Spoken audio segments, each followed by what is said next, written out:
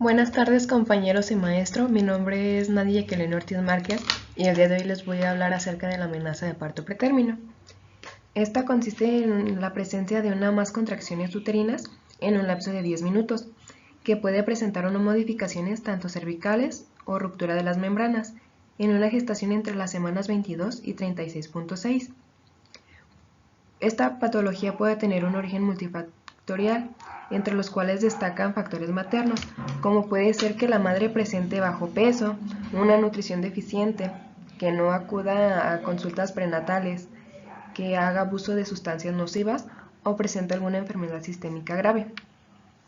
Otro factor son factores obstétricos, como por ejemplo que haya tenido partos pretérmino, desprendimiento de placenta o que tenga un embarazo múltiple. Los factores uterinos como malformaciones o miomas. Otro de los factores pueden ser factores del líquido amniótico, como por ejemplo que el polidramnios o infección intramniótica como la coriomionitis. Los factores cervicales, como por ejemplo que la madre presente cervix corto o cervicitis. Y factores infecciosos que comprenden infecciones en las vías urinarias o enfermedades de transmisión sexual. Los signos y síntomas característicos de esta patología son presencia de contracciones uterinas, 4 en 20 minutos u 8 en 60 minutos, y que éstas persistan por más de una hora. Que haya modificación cervical, como por ejemplo que se presente un borramiento mayor al 80% y una dilatación cervical mayor a 2 centímetros, además de sensación de presión en la pelvis, cólicos abdominales y dolor lumbar, aunque también se puede presentar una ruptura de membranas. En la fisiopatología los encargados son los factores desencadenantes, tales como los factores maternos, los factores cervicales, factores infecciosos y factores obstétricos.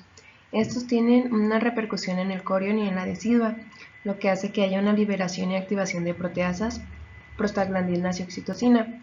Esto en conjunto hace que se presenten las contracciones.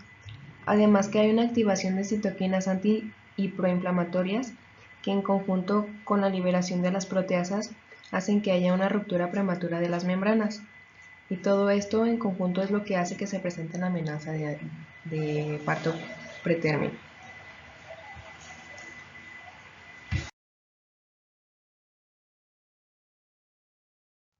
Como datos significativos tenemos sensación de presión en la pelvis, los cólicos abdominales que persisten por más de una hora, el dolor lumbar, contracciones uterinas, modificación cervical, como es la dilatación mayor a 2 centímetros y un borramiento de 80%, que afecta al dominio 12, confort, clase 1 confort físico.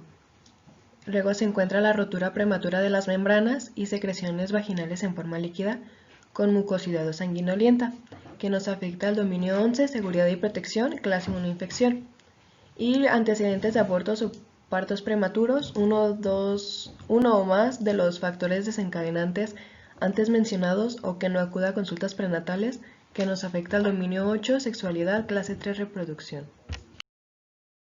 Como estudios auxiliares diagnósticos podemos encontrar la ecografía transvaginal, esto para la medición de la longitud cervical, ya que una longitud cervical menor a 25 milímetros se asocia con un riesgo relativo de parto prematuro.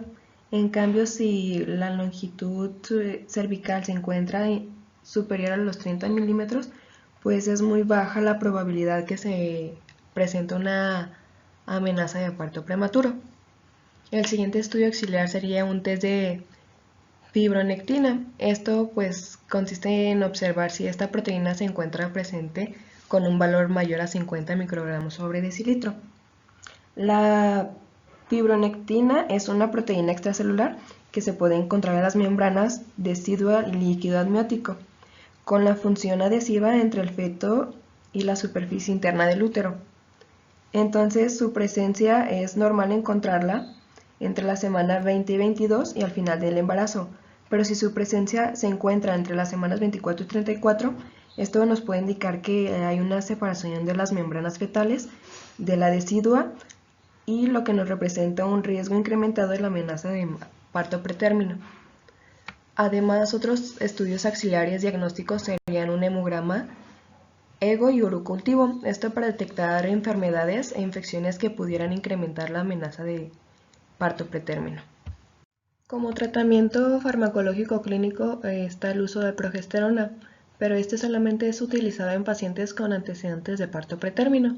Y pues el objetivo de este tratamiento es que se mantenga la kinestesia uterina, o sea que se mantenga quieto sin presencia de contracciones mediante la supresión de los efectos proinflamatorios de los estrógenos.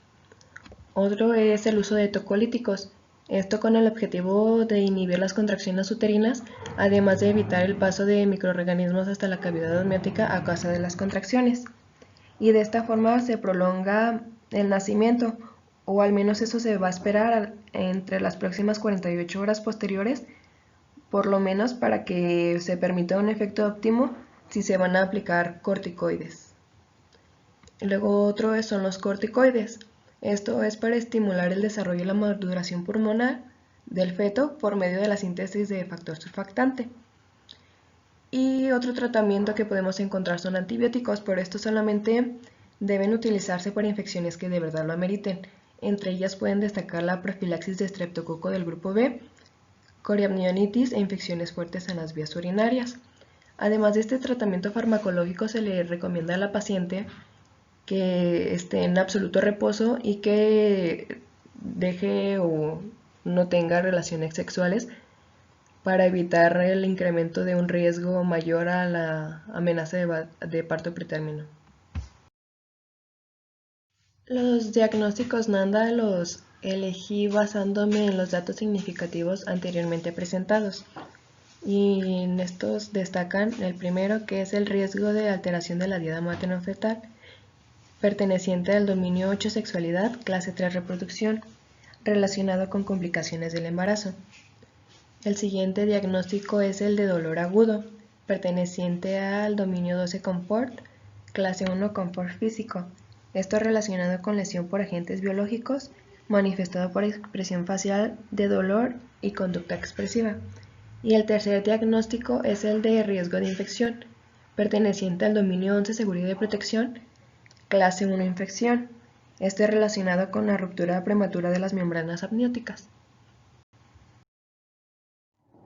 Como indicadores NOG está el de frecuencia cardíaca fetal, porque como lo vimos en clases pasadas, cuando la madre sufre contracciones, la frecuencia cardíaca fetal disminuye. Entonces esto lo hace con la intención, o lo elegí con la intención de corroborar que el feto se encuentre bien durante las contracciones que presenta la madre. El siguiente indicador es uso correcto de las medicaciones prescritas. Esto con la finalidad de que la madre se tome en tiempo y forma pues los tocolíticos que le van a ayudar a que cesen las contracciones. El dolor referido es otro indicador y lo coloqué porque cuando estás presentando contracciones pues te da un dolor tipo cólico. Otro indicador es el de identifica signos y síntomas de infección. Esto porque en la amenaza de parto pretérmino puede que haya ruptura de membranas, entonces lo que aumenta el riesgo de infección. Entonces la madre tiene que estar alerta ante esos signos y síntomas que pueda presentar para informárselos a su doctor o a su cuidador.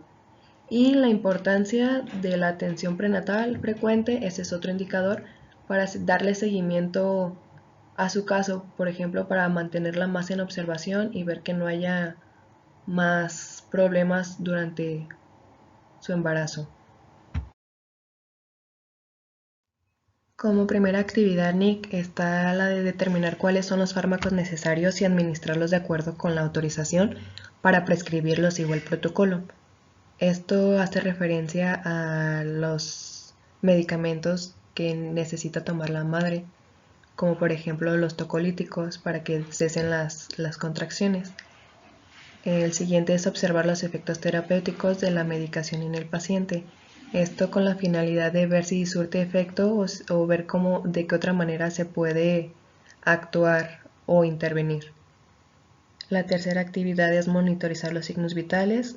La cuarta es instruir acerca de los signos que deben notificarse, como por ejemplo aumento de hemorragia, si hay dolor abdominal, entre otros. Esto con la finalidad de que si presenta ruptura de las membranas y si presenta signos como de infección, pues es necesario identificarle cuáles son esos signos o síntomas para poderlos notificar en tiempo y forma para que se pueda intervenir de manera adecuada. La quinta actividad es instruir a la paciente sobre técnicas de autocuidados para aumentar las posibilidades de un resultado saludable, como por ejemplo que se hidrate mejor, que tenga una dieta balanceada, que modifique actividades o también la importancia de chequeos prenatales regulares, esto con la finalidad de darle seguimiento a su patología. La normalización de glucemia si es que presenta diabetes gestacional o diabetes tipo 1 o 2 y precauciones sexuales incluida la abstinencia. La actividad número 6 es fomentar la expresión de sentimientos y miedos acerca de cambios de estilo de vida, bienestar fetal, etc.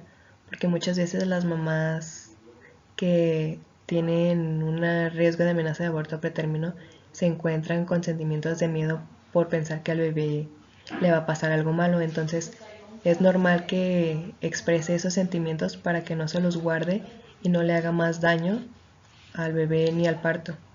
Y la actividad número 7 es explicar a los demás implicados la manera en la que pueden ayudar. Dice ese esposo, mamá o suegra para que haya la forma de ayudar a la embarazada con sus actividades del día a día o para que estén al pendiente de ella por si llegara a pasar algo más. Y estas son mis fuentes de información. De mi parte es todo. Muchas gracias.